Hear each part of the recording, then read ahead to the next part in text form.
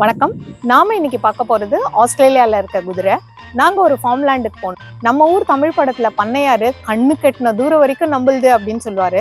அவ்வளோ பெரிய லேண்ட்ல 2 குதிரை ஜிம் பாடியோட ரொம்ப ராயலா இருந்தது. இந்தியால ஃபார்ம் ஹவுஸ், குதிரை, ரேக்லா வண்டி எல்லாம் ஸ்டேட்டஸ் சிம்பிளா பார்ப்போம். அப்புறம் நம்ம குதிரைங்க சிம்பிளா ஸ்டைலா இருக்கும். பாருங்க, எங்க அண்ணனும் ரொம்ப ஸ்டைலா தான் வண்டி ஓட்டுறாங்கல்ல. ஆனா ஆஸ்திரேலியால 1 ஏக்கர் லேண்ட்ல ஒரு குதிரை தான் வளர்க்கலாம். இங்க இதுக்கு சில ரூல்ஸ் எல்லாம் ஃபாலோ பண்றாங்க. நாம எந்த இடத்துல வளர்க்குறோமோ அதுக்கு பயோசெக்யூரிட்டி என்டிட்டி அப்படின்னு கவர்மெண்ட் கிட்ட சர்டிபிகேட் வாங்கணும். அது கூடவே அவங்க பிஐசின்ற நம்பர் கொடுக்குறாங்க. பிஐசினா ப்ராப்பர்ட்டி ஐடென்டிஃபிகேஷன் கோடு, அதாவது நம்மளோட ஆதார் கார்டு மாதிரி. இது எதுக்கு அப்படின்னா, கவர்மெண்ட்டும் எந்த இடத்துல குதிரை வளர்க்குறாங்க, அதனால மக்களுக்கு எந்த நோயும் வந்துடக்கூடாது, அதே மாதிரி குதிரையும் அவங்க ஒழுங்கா பராமரிக்கிறாங்களா அப்படின்னு செக் பண்ணுவாங்க. ரொம்ப சுவாரஸ்யமா இருக்குல்ல.